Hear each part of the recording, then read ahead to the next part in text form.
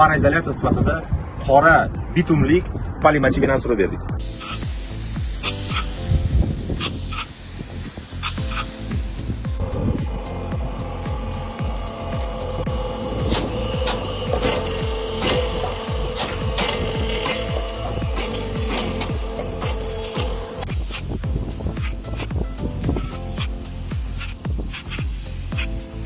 Assalomu alaykum do'stlar, bugun biz Abdulla Qodiriy ko'chasidagi katta bir biznes sentrni ustiga birinchi qavatimiz, ya'ni paralizalyatsiya sifatida qora bitumlik polimachivinani surib berdik.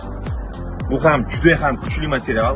Buni yetti ham bo'lmaydi, ikki ham bo'lmaydi, juda ham kuchli material. Mana shuni barcha joyga surib berdik.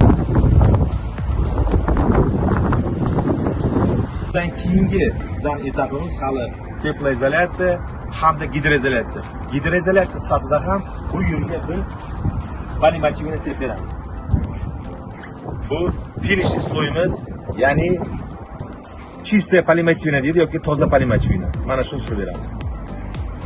Kimga ushbu xizmatlar kerak bo'lsa, marhamat murojaat qiling, sizga ham albatta qilib beramiz.